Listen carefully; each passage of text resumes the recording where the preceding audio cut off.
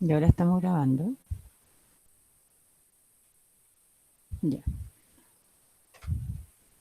Bueno, no me acuerdo si habíamos quedado en la pregunta número 14, pero igual la vamos a retomar. Yo también les voy a ir a hacer preguntas a ustedes para que me digan en qué se fijan y así vamos interactuando, no se asusten porque si está mala la respuesta, está mala nomás, que no estamos evaluando nada, así que tampoco es para que se les dé un ataque, ¿no es cierto? Porque no se sabe la pregunta o porque no la revisaron. ¿Ya? La idea era que la hubiesen revisado en la casa, pero si no la revisaron, no la revisaron nomás.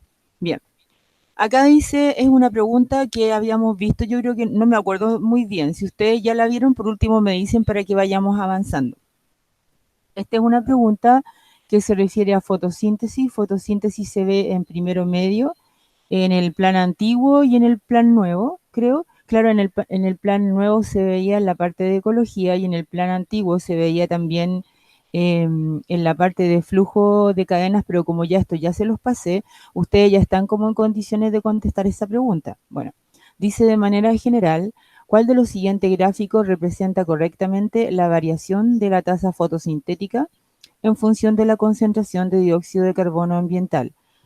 Dentro de esa materia, nosotros habíamos visto que habían varios factores que afectan la tasa de la fotosíntesis. Sería la cantidad de luz, la cantidad de agua, el pH, la temperatura, y entre ellos estaba el dióxido de carbono, ¿cierto? Ya habíamos explicado todas las variantes de que si había mucho dióxido de carbono o, por ejemplo, si los estomas se cerraban, qué pasaba con el oxígeno. Habíamos visto eso, por lo tanto, a mi parecer, el gráfico que más se adapta sería una curva como la de la pregunta B, que sería una pregunta que sería donde aumenta la tasa fotosintética a medida que aumenta el dióxido de carbono, pero llegado un momento, a pesar de que tengamos una gran cantidad de dióxido de carbono, la fotosíntesis no va a aumentar debido a que la enzima que cataliza el proceso, que se llama la rubisco, va a estar ocupada trabajando con el otro proceso, por lo tanto, todas las enzimas sufren un proceso de saturación. Entonces, de la pregunta 14, el gráfico que mejor se ajusta es el número o la letra B. ¿Tienen consultas al respecto? Es importante que ustedes vayan ahora viendo las consultas que tengan porque estas preguntas no las vamos a ver nuevamente. Por lo tanto, si alguien de los que está en la audiencia tiene dudas, me los tiene que hacer saber. ¿Ya? Bueno, sigo avanzando con la siguiente. No hay consultas entonces. Voy a mirar cuántas personas hay. Espérenme un ratito porque me voy a ir a la otra pantalla. Ahí si ustedes ven se está ajustando la asistencia. Ya, vamos a la segunda. Esta sería la pregunta 15. Esta pregunta también ahora están en condiciones de contestarla porque en la parte común también en los tres cursos vimos ahora, ¿cierto? La parte de ecología de primero y segundo medio, por lo tanto, esta pregunta que está en la parte del área común de la prueba ya la pueden contestar. Veamos, dice, el gasto energético diario de un individuo de una especie X es 100 unidades arbitrarias. Eso es cuando no se sabe el número, se pone unidades arbitrarias.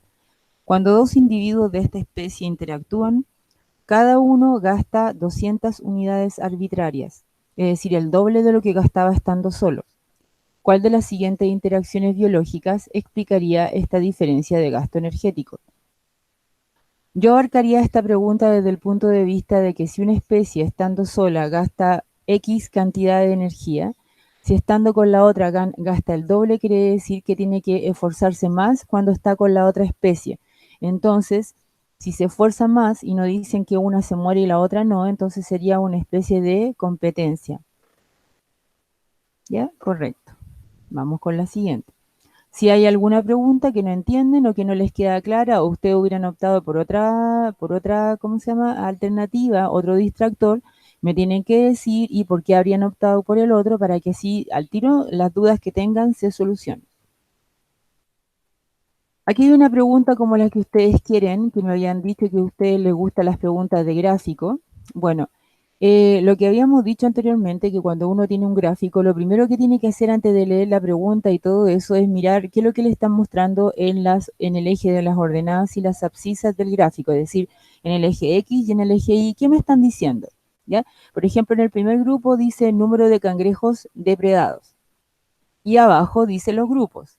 En el segundo gráfico dice que me están mostrando el porcentaje de mortalidad del coral y los grupos.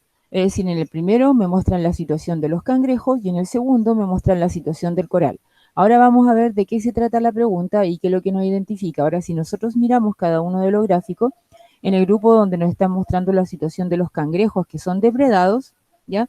Tenemos que el grupo que está en negro, que son los cangrejos que tienen acceso al coral, perdón, y en el blanco son los cangrejos que no tienen acceso al coral. Acceso es que se esconden cerca de los corales, ¿cierto? Y en el gráfico de abajo, en la barra ploma, que es la más grande, son los corales que no tienen a su cangrejo, no está el cangrejo, y en los más bajitos son los corales con cangrejo, coral con cangrejo, ¿ya? Entonces veamos. Dice, en un ecosistema marino se investigó la relación establecida entre las especies Oculina arbuscula, un tipo de coral, podría llamarse como se les dé la gana, esto es solamente parte de la redacción de la pregunta, y Mitra Forsyth. Los gráficos siguientes muestran los resultados de esta investigación, es decir, es una relación de interrelación, ¿cierto?, en un ecosistema. Por lo tanto, tiene que ver con parasitismo, simbiosis, comensalismo y todas esas cosas. Ya. A partir de los datos anteriores, es correcto inferir que la relación estudiada es, dice 1, indiferente para el coral y desfavorable para el cangrejo. ¿Qué dirían ustedes? Investigan, es indiferente para el coral y favorable para es indiferente para el coral y desfavorable para el cangrejo. No, No, es desfavorable para el cangrejo, sí, pero no es indiferente para el coral, por lo tanto ese distractor no lo podemos elegir, ¿cierto? Muy bien. ¿Es indiferente para el cangrejo y desfavorable para el coral? Tampoco. ¿Es beneficiosa para el cangrejo e indiferente para el coral? No, no es del tipo más cero, ¿cierto? Eso significa indiferente, más cero. En la primera sería cero menos, tampoco. En la segunda sería cero menos, menos. En la tercera sería más cero. En la cuarta sería beneficiosa para el cangrejo y desfavorable para el coral, sería más menos. Y en la última es beneficiosa para ambas especies. ¿Qué piensan ustedes? Pónganlo en el chat por último si no quieren hablar. Entonces cada una ponga en el chat y va a salir que la Constanza, que la Monse y que todas contestaron ciertas preguntas. Entonces eso podríamos hacer ya que no quieren hablar. Entonces en el chat va a aparecer inmediatamente cuando participen su nombre. Entonces yo después voy a revisar los chats, no les voy a poner notas así que no se asusten ni nada. Pero me gustaría que vayan, eso, vayan contestando las preguntas a medida que las van viendo, ¿ya? Entonces, la número, que no sé qué número es, la número 16, yo creo que la más probable, no sé si ustedes están de acuerdo, es que ambas especies se benefician, ¿ya? Entonces, la más correcta sería la E. Acá tenemos uno de los ejemplos que ustedes quieren tener con gráficos, ¿ya? Todos los gráficos nos asustan. A nosotros, a mí también me asusta cuando veo una pregunta con gráfico, porque no sé qué es lo que me van a preguntar y como el gráfico uno lo tiene asociado siempre a las matemáticas, a la estadística, a uno le cuesta y le da susto analizarlo. Veamos la siguiente. Otra gráfica. Ya la 17 entonces la vamos a leer y ustedes la van a contestar antes de que veamos cuál es la resolución. Dice 17. La siguiente figura muestra las consecuencias de un plan de explotación forestal sobre el hábitat boscoso continuo. Este es una pregunta que debe tener relación con el efecto antrópico del hombre en el ecosistema, ¿ya? T1 y T2 corresponden al estado del área antes y después de la explotación respectivamente. En relación a la figura, ¿cuál de las siguientes inferencias es correcta? A. El plan de explotación aumenta la diversidad de especies en las secciones, es decir, que vamos a tener muchas más especies que las que teníamos antes de ser explotadas. B. La riqueza de las especies se verá favorecida por la disminución del hábitat. Ya, pero podríamos preguntarnos, ¿y qué pasó con la riqueza de las especies donde fue eliminado el hábitat? ¿Cierto? C.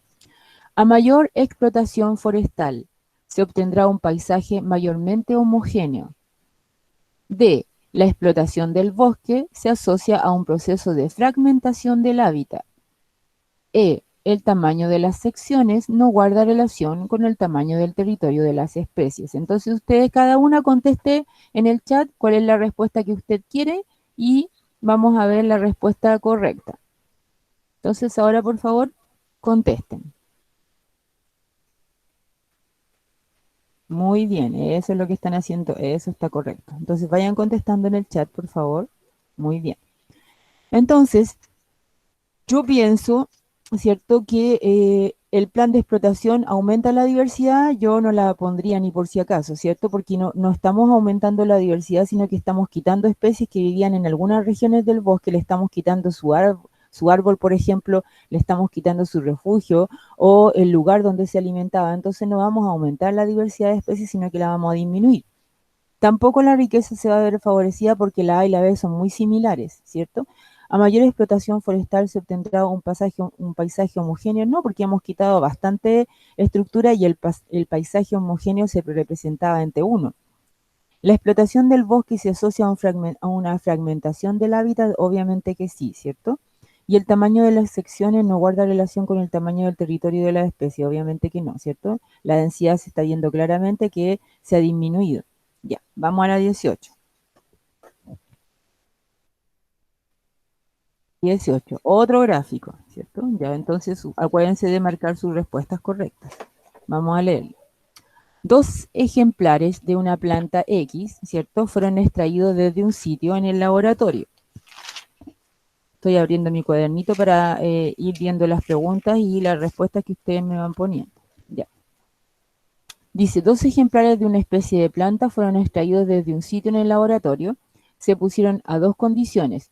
Una en la cual se mantenía la disponibilidad de agua del sitio original, es decir, el control. Acuérdense que en los experimentos siempre se tiene que colocar un control para tener una muestra de referencia sobre la muestra que se va a resultar. Si no hay una referencia, yo no puedo comparar con la muestra antigua. Eso, la referencia en todos los experimentos se llama el control, ¿ya? Es decir, por ejemplo, si yo sé que la planta consume 5 gramos de nitrógeno al día y yo quiero variar, mi experimento consiste en variar la cantidad de nitrógeno para saber cuál es la cantidad óptima de la planta, yo tengo que colocar los 5 miligramos de nitrógeno del control para ver que las variaciones más o menos a ver cómo van a afectarle a la planta, ¿ya? Entonces, veamos, en el gráfico se muestra la longitud de la hoja, eso es lo que se está midiendo en relación a la exposición en ambas condiciones. Entonces, el gráfico, ¿qué nos va a mostrar? La cantidad de agua y la longitud de la hoja en milímetros. En el primer gráfico, los puntitos que están a la izquierda, estos que están acá abajo, esos que están ahí, son el control, ¿cierto? Y nos está mostrando que una planta X tiene una hojita un poquito más pequeña y la otra planta tiene la hojita un poquito más grande, ¿ya? Y esa es la cantidad de agua del lugar donde estaban. Y luego, en el experimento, el resultado me está mostrando, ¿cierto?, que la planta que está en negrito, su hoja creció mucho más con el agua, y la que está en blanco, su hoja también creció, pero obviamente de manera desiguales, ¿ya? Ahora vamos a analizar las preguntas. Respecto a esta investigación, ¿cuál de las siguientes hipótesis se cumple? Entonces acá tenemos una hipótesis. La hipótesis, recuerden que se plantea mucho antes de obtener los resultados de un experimento. Por lo tanto, aquí lo que están haciendo es viendo la conclusión, es decir, comprobando que la hipótesis era cierta o no era cierta, ¿ya? A dice, la cantidad de agua influye en el tamaño de la hoja. Eso es correcto. Ahora vamos a ver lo siguiente. B, ambas plantas presentan la misma tasa de crecimiento de la hoja. No, ¿cierto? Obviamente que no, ni antes ni después. C, la cantidad de agua consumida varía de acuerdo a la longitud de la hoja. No sabemos si la cantidad de agua varía de acuerdo a la longitud de la hoja, ¿cierto? Porque recuerden que en el punto negro, el de abajo, la hoja era más chica y consumió más agua, por lo tanto podríamos decir que no es que no sabemos, pero que no tiene mucha relación, ¿ya? Y no estamos averiguando acá, el experimento no hablan de la longitud de la hoja, sino que más bien de si las condiciones del agua influyen en el tamaño o no, pero no nos dicen cuál es el tamaño. D, la especie presenta diferentes tamaños de hojas según el sitio en que habite. Eso es correcto, pero no es una hipótesis, es un hecho. E, la longitud de la hoja depende solo del material genético que posee la planta. No nos han dicho del material genético, no sabemos si las plantas son de la misma especie o no de la misma especie, por lo tanto no depende del material genético solamente, si nosotros nos acordamos de segundo, ¿cierto? El fenotipo no depende solamente del genotipo, sino que depende del genotipo más el ambiente. Por lo tanto, la más correcta sería la A. Así que los que pusieron A le hacen un ticket, ¿cierto? A su cosita o a su cuaderno, lo que estén trabajando. Bien, sigamos con la número 19. 19. Dice, ¿cuál de las siguientes afirmaciones asociadas a características de las capas, la 19 es de física, perdón, pero eh, después ustedes véanla, ¿no es cierto? Y acá, ¿cuál era? No sé cuál era acá, pero lo que vi en la astenósfera era la capa más profunda de la Tierra y que es como fluida y que permite que haya los temblores y los movimientos de tierra, porque me llamó la atención esta pregunta y yo dije, ¿qué es lo que es la astenósfera? No tengo idea, entonces la fui a buscar y me encantó esa materia, después la voy a revisar cuando tenga tiempo, la geología. Bonito, así que los que vayan a estudiar geología, muy bonito eso. Ya, me voy a la 55. Momento. Esto lo tienen que hacer ustedes, ya saben que las resoluciones las encuentran en el DEMRE, y si no saben, lo que tienen que hacer es estrujar a la profe Lidia y a la profe Karina, si es que tienen con ella, o al otro profe Francisco, y decirle, profe, me encontré con esta pregunta en la PSU y necesito que me la resuelva. Recuerden que para eso estamos nosotros en las casas, más aburridos y con un montón de pega así, administrativa y de ustedes, pero igual tenemos que poner a trabajar las neuronas para que no nos dé Alzheimer, ¿ya? 55. Vamos acá. Esto es de segundo medio, ¿o no? A ver, sí, podría ser. Segundo medio, también cuarto medio en bacterias, etcétera. ¿Cuál de las siguientes estructuras es exclusiva de la célula procarionte? Cromosoma asociado a histona, su unidad ribosómica, pared de peptidoglicano, citoesqueleto o flagelo. Ya, coloquen su respuesta. Voy a ir a ver, porque quiero coachentear, de aquí no veo nada. A ver, ¿cuál es su respuesta de las 55? La Alexandra es la única que la ha puesto ya, pues estoy esperando a las demás. Ya, coloquen, coloquen, coloquen, coloquen. Ya todas están optando por la A, estaban esperando que alguna la pusiera primero. Todos están optando por la A, la Javi, la Pau, la Paloma. Ya sigan colocando, o tengo 20. Me faltan todavía respuestas. Ya sigan, sigan. Todos están optando por la A, ya, vamos a revisar. Ya, dice, ¿cuál de las siguientes estructuras es exclusiva de las células procariontes? ¿Ya? La A, sí, yo diría que podrían haber optado por ellas, ¿cierto? Pero si ustedes conocieran la estructura de los procariontes realmente, como tienen que conocerla ya a esta altura de su vida, perdón, perdón, chiquillo, los procariontes no tienen típicamente histonas, ¿cierto? Sino que hay proteínas no histónicas dentro de su estructura, pero los procariontes son los únicos que tienen pared celular de peptidoglicano. Por lo tanto, si nosotros si no conocemos, por ejemplo, todavía toda la bioquímica de un procarionte y no estamos totalmente 100% seguros de que exista a lo mejor una denominación de cromosoma asociado a histona o proteínas tipo histona, ¿cierto? Nosotros siempre tenemos que optar por la, el distractor decidor. Y para mí, por ejemplo, el distractor decidor es la pared de peptidoglicano. ¿Ya? No la vamos a encontrar en los vegetales, no la vamos a encontrar en ningún ser vivo, sino que representativa en la pared, siempre peptidoglicano es de la bacteria. Si me hablan de pared celular, yo puedo encontrar pared celular en los vegetales, puedo encontrar pared celular en los hongos. En los hongos, ¿de qué es? De quitina, ¿cierto? En los vegetales es de celulosa, pero la única pared que tiene peptidoglicano es de los procariontes. Por lo tanto, la correcta de las 55 es la C. ¿Ya? ¿Alguien tiene dudas? Puede prender su micrófono nomás y decirme, pero profe, cualquier cosa, ¿ya? Aquí. Bueno, entonces déjenme ver quién optó por otra cosa. Ya todos le pusieron la A, Ya todos pusieron, ya. Y la Ignacia Rivera dice que yo pienso que entre la C y la E. A ver, veamos la E, ¿por qué podría haber sido la E? Ya. ¿No hay ninguna célula eucarionte, pregunto yo, que tenga flagelo? ¿Hay ¿Todas alguna? tienen? No. Pregunto yo, ¿hay alguna célula eucarionte? Me refiero cuando me refiero a eucarionte, me refiero a animal, vegetal, protozoo, hongos o reino monera, ¿ya?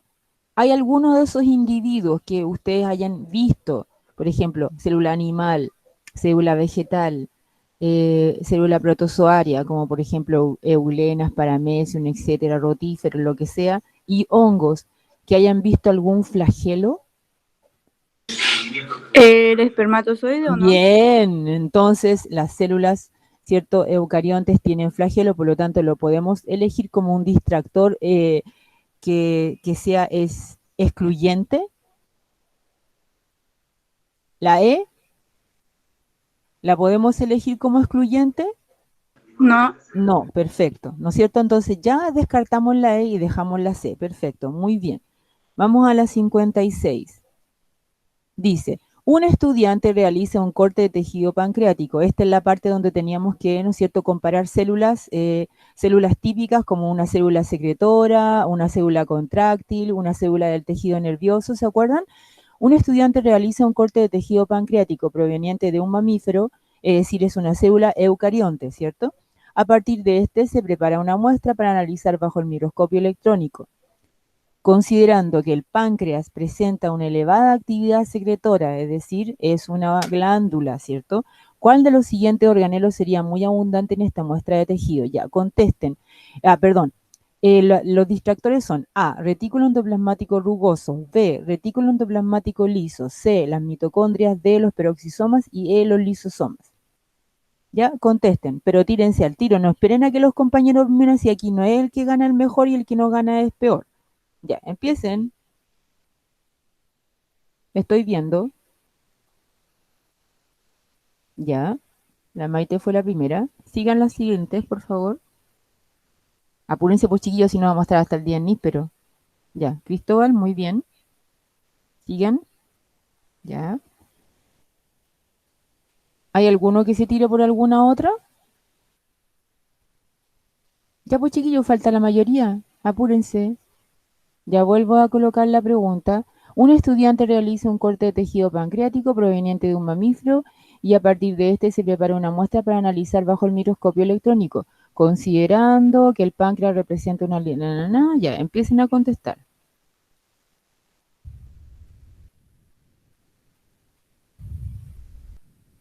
¿Estamos listos? Ya. Veamos. La Carla Muñoz. Carlita, abre tu micrófono y dime por qué elegiste el retículo endoplasmático rugoso por sobre el retículo endoplasmático liso. O sea, profe, la verdad, perdón que estoy un poco resfriada. No importa, pero habla Estoy bajito. entre la A o la B porque secreta, el rugoso secreta proteínas. Me No fui más que secreta nada. proteína, cuidado O con sea, eso, pero está ahí más o ah, menos dentro de sí. ¿Y el B qué es lo que sí, hace? era secreta lípidos, ¿no? Muy bien. ¿Ya? ¿Y cuál de los dos distractores y cuál sería como, por ejemplo, el razonamiento que harías para contestar la 56 si estuvieras aquí dando la PSU súper estresada, ¿cierto? Con el tiempo corriendo. ¿Cuál sería cómo se llama, dónde te afirmarías para elegir entre la A y la B? No sé bien, profesora, la verdad. No sabes bien, vamos a preguntarle a otra. Camila Menares, ¿andas por ahí?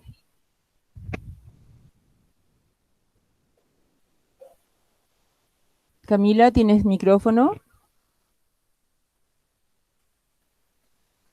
Se fue la Camila a la casa, ya, se fue, al patio.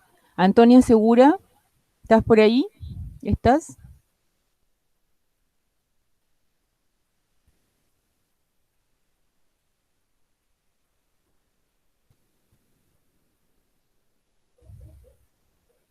¿Se fueron? Ah, la Antonia no tiene micrófono, ya. A ver, ¿quién más tengo por acá? Ya se asustaron. Darío, ¿tienes micrófono?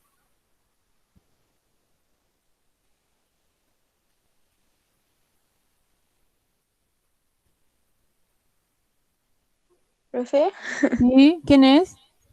la paloma. Ya, Paloma, ¿en qué te fijarías tú para contestar? Yo creo que porque el páncreas secreta enzimas y las enzimas son proteínas. Muy bien, esa es la respuesta. Es decir, si yo tuviera que considerar, ¿cierto? Entre la A y la B, yo me fijaría en cuál es la enzima importante o la hormona que secreta el páncreas y de qué tipo es, si es lipídica, si es proteica, aminosídica, de qué tipo es. Y entonces, como ustedes saben que la insulina y el glucagón son hormonas de tipo proteicas, entonces el retículo endoplasmático rugoso está involucrado más bien en la síntesis de proteínas. Recuerden que el retículo no sintetiza las proteínas, sino que aloja los ribosomas, y los ribosomas son quienes leen la información que viene del ARN mensajero, y el retículo endoplasmático rugoso es el que le hace las primeras modificaciones a las proteínas recién sintetizadas por los ribosomas. Así que muy bien, esa es la respuesta, es decir, si yo necesito contestar y tengo dudas entre la A y la B, me inclino por la A debido a que el rugoso es el encargado tiene relación con la síntesis de proteína. El B lo hubiese elegido si hubiese sido tal vez una glándula cuyo, por ejemplo, si hubiera sido, por ejemplo, el ovario, ¿cierto? Cuyas hormonas son de tipo lipídica. ¿Ya? Ok, muy bien la elucubración que hizo y el desarrollo, muy bien. Vamos con la 57. Para abajo. Ya, 57. Esta es de transporte, súper bien, también lo vimos, ¿cierto? Una célula extraída del pétalo de una flor color fucsia claro. Se sumerge en un medio hipertónico, el que contiene enzimas que desintegran la pared de esta célula. Es decir, aquí nos están diciendo dos cosas, ¿cierto? Nos están diciendo que la pared de la célula vegetal ya no va a estar porque se la desintegró con una enzima. ¿Y qué se esperaría al observar la célula después de un tiempo? Esto es osmosis, ¿cierto? Y también el tono, ¿se acuerdan cómo vimos hipertónico, hipotónico, isotónico? Bien, dice A, que estalle junto con la vacuola. ¿Quién? La célula, obviamente, ¿cierto? La célula va a estallar junto con la vacuola, dice. Ella está sometida a un medio hipertónico, es decir, que recuerden que el citoplasma de la célula va a ser más bien isotónico en este caso, y el medio en que está es hipertónico. B, que disminuya su volumen y la vacuola lo aumente.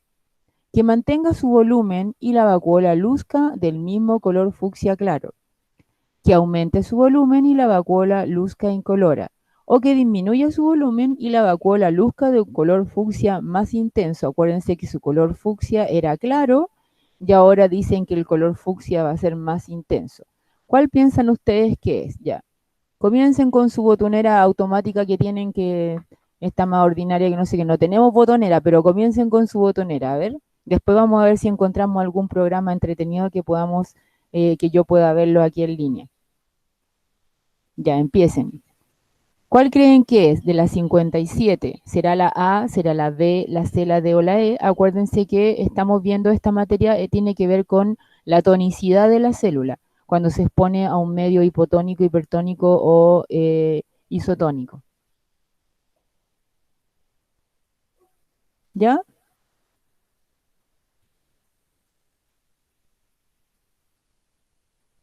¿La contestaron?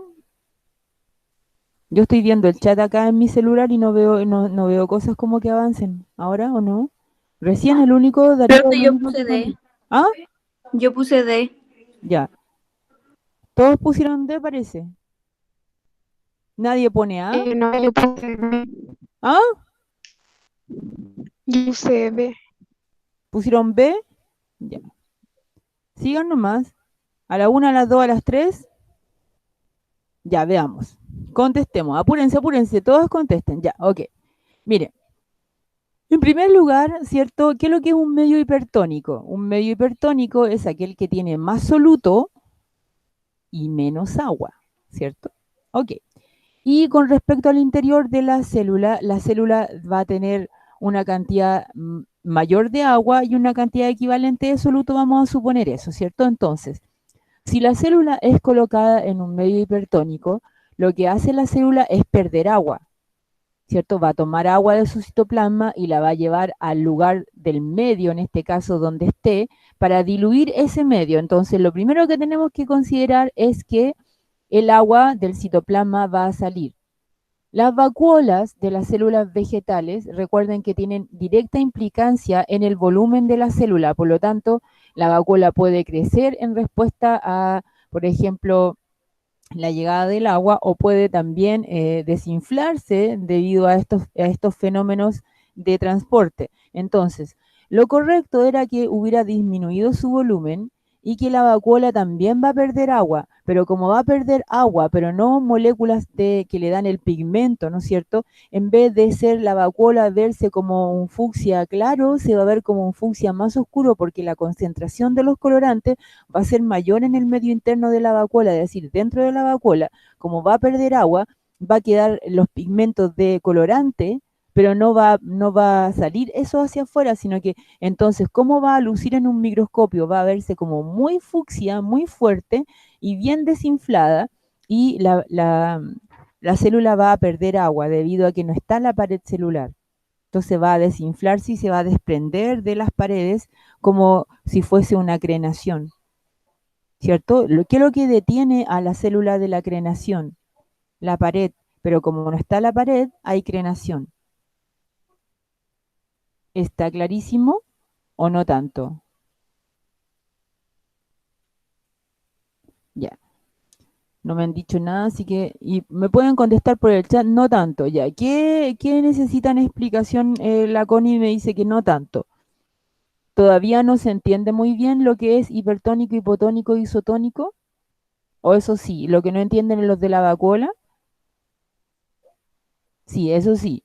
Lo que me confunde lo de la vacuola, dice la Valentina. Bueno, la vacuola, recuerden que la vacuola es un reservorio de agua en la planta, ¿cierto? Tiene varias funciones, reserva gránulos de colorante, hay vacuolas, ¿cómo se llama? Alimenticias, hay otras vacuolas que tienen pigmento y hay vacuolas que regulan la cantidad de agua y también la vacuola tiene incidencia en la reproducción de la célula vegetal, ¿cierto? Cuando la vacuola crece mucho, eso es un indicativo de que la célula se tiene que reproducir. Bueno, la vacuola, como les dije, controla el volumen de agua, por lo tanto, me estoy sonando, discúlpenme.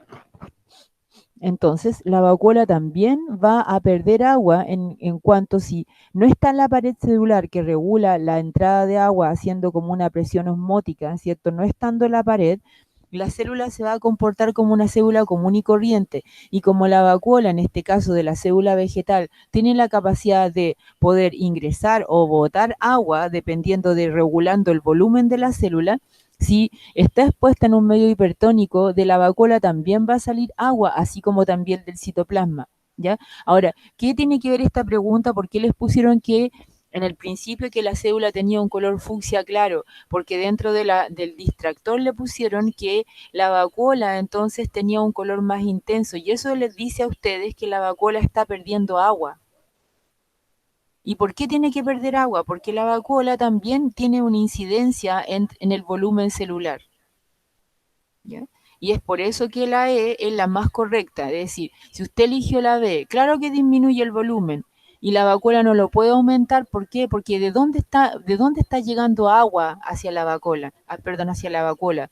Si la vacuola recibe agua del citoplasma y el citoplasma lo está eliminando hacia el exterior, ¿cómo la vacuola va a aumentar su volumen? ¿Se entiende? Si yo estoy colocando... Profe, yo tengo una duda. Dime nomás. Es que, o sea, tiene que ver como más con el contexto de la pregunta. Dime. Porque la E dice, la vacuola luzca de un color fucsia más intenso. ¿Ya? O sea, cuando se pone en un medio hipertónico, como que prácticamente la vacuola es casi lo único que queda, pues si la membrana plasmática como que se despega de la pared celular. Sí. Es que no Pero es lo entonces, único ¿a que eso se quiere, refiere? porque no se refiere, el color intenso fucsia de la vacuola se refiere a que en la osmosis solamente se mueven las moléculas de agua. Por lo tanto, los pigmentos, los colorantes que tenga, por ejemplo, al interior, a ver, ¿cómo explicarte? El color del pétalo y el color de una planta se debe a pigmentos, ¿cierto? Y los pigmentos Sí. son moléculas, no agua. Y cuando nosotros hablamos de osmosis, hablamos de que el agua se mueve de un lado al otro a través de membranas. El agua, no los pigmentos, no, por ejemplo, y siempre hacemos esto con el ejercicio del cloruro de sodio. Decimos, el sodio no se puede mover del recipiente A al B o del B al A. Por lo tanto, aquí lo único que se mueve es el agua. Entonces, la pregunta es como bien interesante en el sentido de que te están diciendo que la célula, ¿no es cierto?, del pétalo de la flor tiene un color fucsia clarito. Y ahora te están diciendo que el color, en buenas cuentas, que tú te debes subentender que el color, cierto, fucsia clarito, el pigmento del color está metido dentro de vacuolas que tienen que ver con la pigmentación, ¿cierto? Y como la vacuola está perdiendo agua, ¿cierto? El Sí. agua sale, pero el pigmento no. Entonces, a medida que el agua sale, se va concentrando cada vez más el pigmento. Es como si tú tienes una cucharita de colorante y lo metes en una piscina, ¿cierto? Tú no vas a ver el colorante, porque está muy diluido. En cambio, si esa misma cucharada de colorante la metes en una cucharada de agua, ¿cómo vas a ver el color? ¿Cómo lo vas a ver? Intenso. Muy bien, es lo mismo. ¿Te das cuenta de la pregunta? Sí, sí. Ahora sí, profe. Ya, ahora sí, ya, Ya, súper. gracias. De nada. Estamos para servirles, chiquillas. 57 y vamos con la 58. Veamos. Ya, ok. Dice, ¿cuál de las siguientes opciones es correcta con respecto a los métodos anticonceptivos? Esto no lo hemos visto todavía en el electivo, pero obviamente lo vimos en clase y son una de las materias que son relativamente fáciles, ¿cierto? Ya, dice A. ¿Cuál de las siguientes opciones es correcta respecto a los métodos anticonceptivos? Acuérdense que tienen que usar su botonera automática que tiene. A. Todos los métodos de barrera, mecánica protegen del contagio de las enfermedades de transmisión sexual. Todos los métodos, todos, los de barrera mecánica, condón, diafragma, qué sé yo, a ver qué otros hay, condón femenino, bueno, todos esos que son, por ejemplo, los espermicidas, todos los métodos que se llaman de barrera. Ya, B. Todos los métodos hormonales, pastillas, inyecciones, barritas que se ponen debajo de la piel, todo lo que sea tratamiento hormonal, tienen el mismo mecanismo de acción. Es decir, las mismas hormonas actúan igual, todos tienen los mismos, dice la pregunta B. La C dice, todos los métodos de barrera química tienen una mayor eficacia que los dispositivos intrauterinos, es decir, el DIU, etcétera. Y hay otros que ya no se usan porque son abortivos y un montón de problemas que les causan a las mujeres. Es decir, todos los de barrera química son más eficaces que los dispositivos intrauterinos. Ya, la D dice, los métodos naturales tienen una mayor eficacia cuando se usan combinados entre ellos. Y E, la ligadura y corte de oviducto, es decir, de la trompa de falopio, es equivalente a extirparle los testículos a un hombre. Ya, ¿cuál sería la correcta? Estoy mirando en mi celular a ver qué pusieron en su chat. Por acá algunos dicen la C, a ver qué dicen los demás.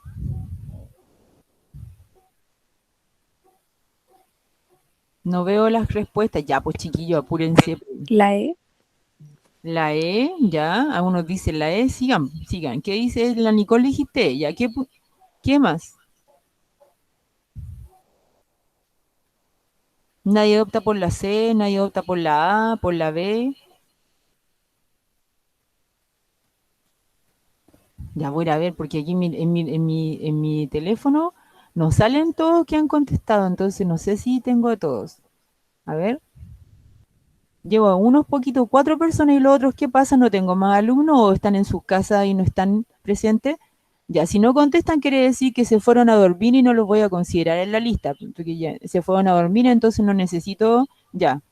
Ok, trabajen porque si no están presentes quiere decir que están durmiendo y durmiendo no los pienso considerar presentes. Ya, ahí estoy mirando el chat. Bien, voy a irme entonces a la prueba. Ya, así me gusta, que se porten bien, o si no, yo digo, ya los chiquillos están durmiendo, entonces no los pesco y los pongo ausentes. Bien, la correcta, mis amores, es la D. ¿Ya? Vamos a analizar en las que se equivocaron. La C. Los métodos de barrera, es decir, el capuchón que se ponga, ¿no es cierto?, el gorrito o cualquier cosa, no son tan eficaces como el DIU. El DIU, ¿no es cierto?, una mujer que tenga un dispositivo intrauterino no va a quedar embarazada, y si queda embarazada es un 1% de error, donde, ¿no es cierto?, están esas malformaciones donde el DIU sale pegado a la cabecita de la guaguita, etcétera, etcétera. Pero los métodos de barrera química son, frente a los de dispositivos, son menos efectivos. Es entonces la C está descartada, ¿ya? Veamos otras de las alternativas que pusieron ustedes. Pues la E dice, la ligadura y corte de oviductos no evita que produzcamos células gaméticas. Es decir, en los ovarios, una mujer que tiene ligadura de las trompas de falopio, que es lo mismo ligadura o corte, pueden amarrarnos las trompas o pueden cortar las trompas, igual seguimos produciendo nosotras los ovocitos. Por lo tanto, no es equivalente a que el hombre le quiten los testículos, y si le quitan los testículos no sigue produciendo ni testosterona ni tampoco espermatozoides. Lo equivalente serían que nos quitaran los ovarios. ¿Ya? Oviducto no es ovario, oviducto se le llama a la trompa de falopio. Por lo tanto, la E es totalmente incorrecta. A ver, la otra que me pusieron... Bueno, algunos optaron por la C y no veo ninguna otra cosa más. Por lo tanto, no hay ninguno que haya optado por la B ni por ninguna otra. Los métodos naturales tienen mayor eficacia cuando se usan combinados entre ellos. Es decir, si yo, por ejemplo, utilizo el método Ogino-Naus y uso también el método calendario, ¿no es cierto?, a lo mejor podría tener una eficacia del 80 o del 90%. A eso se refiere. Es decir, el método de Ogino-Naus con el método calendario de la temperatura basal, todo ello a lo mejor combinado. Si yo, por ejemplo, lo uso y tengo como le dijera, un orden en cuanto a las relaciones sexuales que voy a tener con mi pareja, es decir, él respeta y yo respeto también que en los días en que yo estoy cuidándome con los métodos naturales, yo no tengo relaciones, probablemente voy a tener una eficacia casi del 99,9%. ¿Ya? ¿Por qué fallan los métodos naturales? Porque, ¿no es cierto?, la gente no respeta el periodo de la fertilidad de la mujer y tienen relaciones igual. Ahí por eso fallan. Ahora, si combinamos todos los métodos naturales entre sí, podríamos tener un método natural para cuidarnos en cuanto a la fertilidad de la mujer. Así que la D es la más correcta. Si tienen dudas, pregúntenme nomás con el micrófono abierto. Profe, ¿Sí? pero eso no, por ejemplo, el calendario no funcionaría para una mujer que es irregular, ¿o sí? No. Lo que pasa es que para las mujeres irregular, ninguno de los métodos te va a servir, ¿ya? Excepto, bueno, los métodos de barrera tampoco son muy... acuérdate que el método de barrera depende de muchas cosas. Por ejemplo, si hay un condón que esté perforado, ese condón no sirve. Si el condón el hombre no se lo sabe poner, tampoco sirve. Si tú tampoco te sabes poner el diafragma, tampoco te va a servir porque se te va a correr. Hay muchos tipos de... O sea, todos los métodos no son ninguno 100%, como te dijera, efectivo, excepto la ligadura de trompa y también la ligadura del conducto deferente, o que derechamente, obviamente, te extirpen los ovarios o los testículos. Por lo tanto, ninguno de los otros métodos son eficaces. Ahora, las mujeres que no tienen periodos regulares, bueno, podrían cuidarse, por ejemplo, con el método de Ogino-Naus, de el ver su flujo cervical y aprender a analizarlo, y podría perfectamente, por ejemplo, cuidarse por métodos naturales con ese método. Porque aunque ella no sea regular, tiene que aprender a ver cómo es su moco cervical. Y el moco cervical va a aparecer igual en una mujer regular y en una mujer irregular. Ya, gracias, profe. De nada. Vamos a la 59.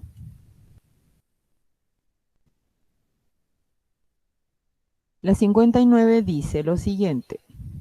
En el humano sano, luego de la ingesta de azúcar, ¿qué efectos se observarán en las concentraciones plasmáticas de la glucosa, de la insulina y el glucagón respectivamente? Bueno, esta pregunta yo la encuentro relativamente fácil, ¿cierto? Porque ustedes ya manejan en muchos ámbitos la regulación de la glucosa, la insulina y el glucagón, porque se ve todos los años, en cuarto, en tercero, en todos los años que hemos visto, y en básica yo me imagino que también se lo habrán pasado. Entonces, use su botonera automática y veamos cuál es. Le espero un minutito. Repito, en un humano sano, o sea que no es diabético, luego de la ingesta de azúcar, sacarosa, ¿cierto? El azúcar común, glucosa más fructosa, ¿qué efectos se observarán en las concentraciones plasmáticas de la glucosa, de la insulina y el glucagón respectivamente? ¿Están usando su botonera? No veo nada acá. Chat. Ya. Voy a revisar el chat real entonces para volver a los dormilones. ¿Quién se quedó dormido? A ver de nuevo. Ya, Sacha, la E puso, la E, la D, la E, esas son las que están ganando, la D y la E. ¿Quién más? A ver, sigan. ¿No hay nadie más? ¿Los otros se durmieron? La Pau dice la D, el Darío dice la E. ¿Quién más? Ya, dicen D y E. Ya, están entre la D y la E. Pongan la pregunta, por supuesto, of course. Ya, ahí estamos.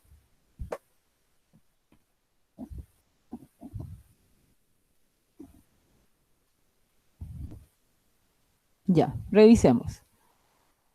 Si yo, ¿no es cierto?, me comí un tremendo trozo de pastel que me encantaría comerme una torta, ahora no sé dónde comprarla, ya. Ponga la pregunta, la puse, la puse. Ya, ahí está. Entonces dice, si me comí un trozo de torta, ¿qué tengo en la sangre en este momento? Un aumento de la glucosa, que aquí dice sacarosa, mire que son chuecos, ya. ¿Qué pasaría con...? Ah, porque se supone que ya la digerí, ya. Tengo glucosa, perfecto, aumenta la glucosa. Si tengo un aumento de glucosa, debo tener un aumento de insulina, ¿cierto? Perfecto. Y debo tener una disminución de glucagón, ¿cierto? Por lo tanto, la correcta es la D de dedito. ¿Estamos correctos? Muy bien. La D es la correcta. Así que todos los que tienen la D, ¿cierto? Muy bien. ¿Por qué veo ahí que la Connie dijo C o E? Ah, dijo E. Por ejemplo, aumenta la glucosa, eso está correcto, ¿cierto, Connie? Pero ¿por qué disminuye la insulina? La insulina debe aumentar porque la insulina debe secretarse inmediatamente cuando tú ingeriste cualquier alimento que tenga carbohidrato, debido a que la insulina le da la orden a las células del hígado principalmente, porque ahí es donde llega, la primera vez que llega, a las células del hígado, para que el hígado pueda hacer entrar la glucosa a su citoplasma y una vez que está ahí poder transportarla hacia otra célula o hacer lo que se tenga que hacer, puede guardarla, transformarla en glucógeno, etcétera, etcétera. Pero lo primero, la primera hormona que se secreta cuando tú tienes un alza de glucosa es la insulina. Cuando tú tienes un déficit de glucosa en sangre, se secreta glucagón. Es la antagonista, ¿cierto? Y el glucagón lo que hace también es ordenar a las células del hígado a que transformen el glucógeno en glucosa. ¿Ya? Muy bien. Dice la Connie, estaba pensando en un diabético. No, acuérdense que la pregunta dice que, lo primero que dice la pregunta es que es un hombre sano. Usted siempre se tiene que fijar, primero en la tabla, ¿cierto? Ver las informaciones. Luego tiene que leer muy bien la pregunta y para eso obviamente en la PS1 te van a dejar entrar con marcador, pero ahí tienes tu lápiz mina para marcar las cosas importantes de la pregunta antes de irte a responder. Siempre ve qué te están preguntando, cuál es la información que te están dando y tienes que subrayar la pregunta en lo que tiene énfasis. Aquí dice el efecto que se observará en la concentración plasmática de estos tres factores, la glucosa, la insulina y el glucagón. Muy bien, vamos a las 60. Voy a bajar aquí. La 60 todavía no la hemos visto en el electivo como tal, pero la vieron en tercero medio, la pueden revisar de su libro de cuarto medio que también está ahí, y se trata de los receptores sensoriales y receptores, ¿no es cierto?, de la parte que tiene que ver con el sistema nervioso y tiene que ver con receptores. Y acá, dentro de esto, creo que también vimos cómo se regula la presión sanguínea. Esto lo vimos el año pasado, yo le hice hacer un mapa conceptual, ustedes hicieron ese mapa, así que búsquenlo en sus cuadernos y como me dijeron que en la parte del sistema nervioso, que yo les pasé sinapsis y impulso nervioso, y les dije que esto lo vamos a ver para después, pero también esto tiene que ver con también retroalimentación.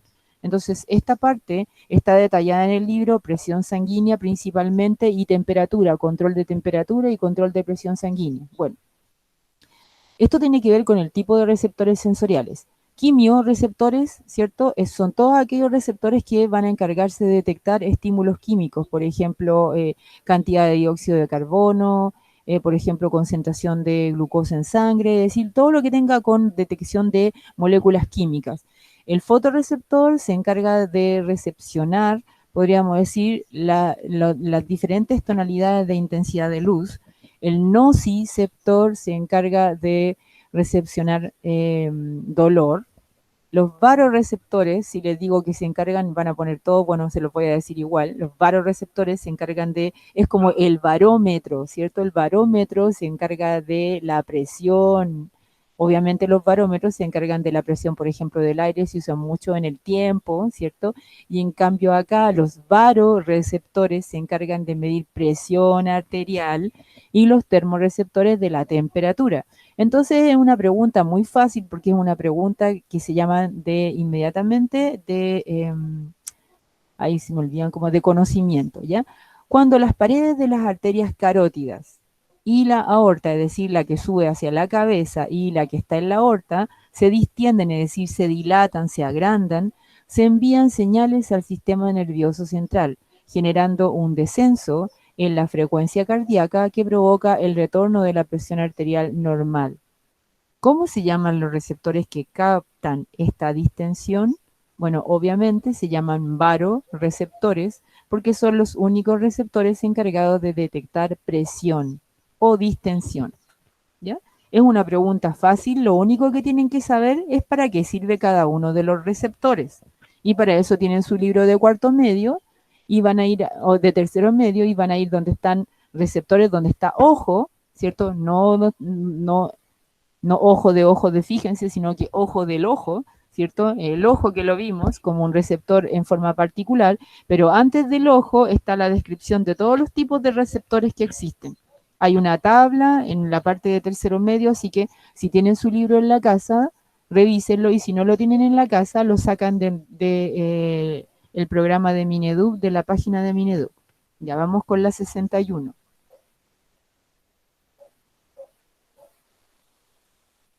Ya.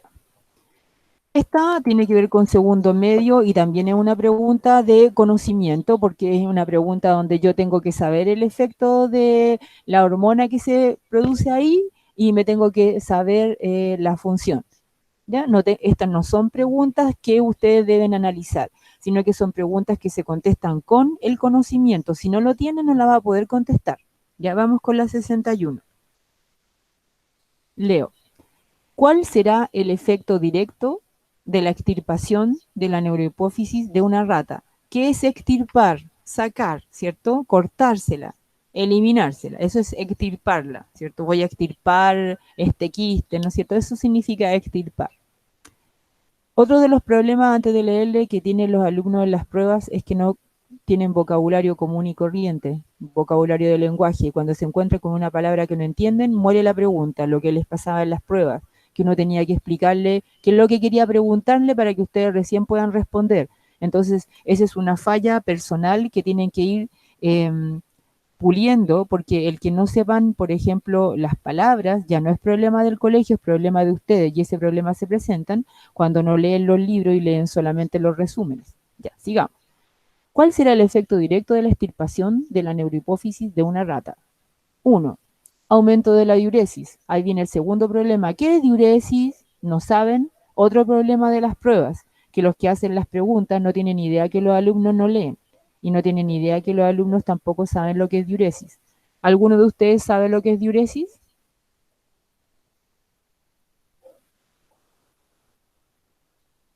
Ya se fueron a dormir. ¿Ah? Secreción de orina. Muy bien, aumento de la secreción de orina, ¿cierto? Eso es la diuresis. Es decir, una persona que está orinando mucho, no cuando yo voy al baño y orino en forma normal. Aumento de la diuresis, ok. Luego B, aumento de la presión arterial. C, disminución de la producción de testosterona. D, disminución de la producción de insulina. Aumento de las hormonas liberadoras hipotalámicas. Ya, entonces, ¿cuál será el efecto de que le extirpen a una persona la neurohipófisis, o a una rata en este caso? Ya, contesten. Pongan ¿cómo se llama? Contestador automático que tienen. Tengo una canción pegada en la cabeza y a cada rato la quiero cantar. Menos mal que sé que me tengo que quedar callada, pero me da por cantarla, perdón. ¿Ya? ¿Listo? Oye, yo no sé ni la hora que es, son 5 para las 2. Ya. Ok, estaba entusiasmado, no había ni visto el reloj. ¿Ya cuál pusieron? Estoy como entusiasmada por ver qué pusieron. ¿Cuál pusieron? A ver, voy a ver acá. No sé por qué en mi celular no La A. puedo. La A. Todos pusieron la A. Súper. A ver, muy bien. Ya. ¿Quién me quiere contar por qué puso la A? Porque la neurohipófisis secreta la antidiurética, ¿no? Muy bien, qué lindo, sí, muy bien, ¿cierto? Y la antidiurética, cuando está presente, ayuda a que nosotros podamos recuperar el agua en situaciones, por ejemplo, de una hemorragia. En cambio, las personas que, por ejemplo, consumen alcohol y se orinan a cada rato es porque el alcohol inhibe a la ADH. Muy bien, un 7. Vamos con la 62. Y creo que lo último que vamos a alcanzar a ver dos. A ver. La 63. Ya, veamos. Si experimentalmente se modifica la concentración de algunos iones involucrados en la sinapsis, esto ya lo vimos también, ¿cuál será el efecto de la disminución a la mitad del calcio extracelular en un terminal sináptico? Ya, comiencen a contestar. A, ¿el aumento de la recaptación de los neurotransmisores tendrá que ver el calcio con la recaptación? ¿La reducción de la cantidad de los neurotransmisores liberados? C. La reducción de la síntesis de los neurotransmisores. ¿La síntesis tendrá que ver el calcio con la síntesis? D. La reducción de la cantidad de enzimas que degradan los neurotransmisores. E. El aumento de la formación de vesículas sinápticas. Aumento de la formación de las vesículas. ¿Con quién tendrá que ver el calcio? Y estoy viendo aquí las respuestas. La B, dicen ustedes. Correcto, es la letra B. ¿Cierto? Si reduce el calcio, la cantidad de vesículas que se van a reventar va a ser también reducida y por lo tanto vamos a reducir la emisión de los neurotransmisores. Alcancemos la última acá. 64.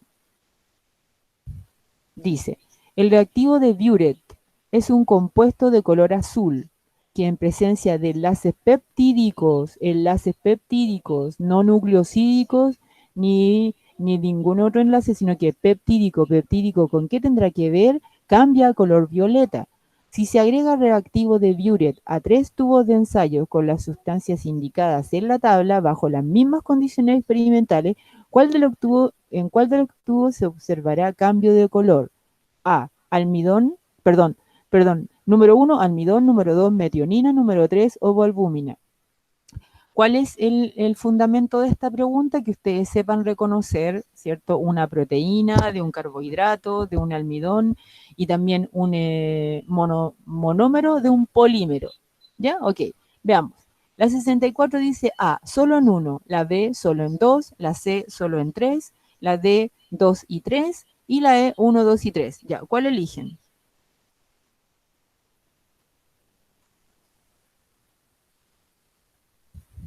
Estoy mirando aquí en mi automatismo que tengo acá, entonces, ¿cuál eligieron? Algunos eligieron la C, otros eligieron la D.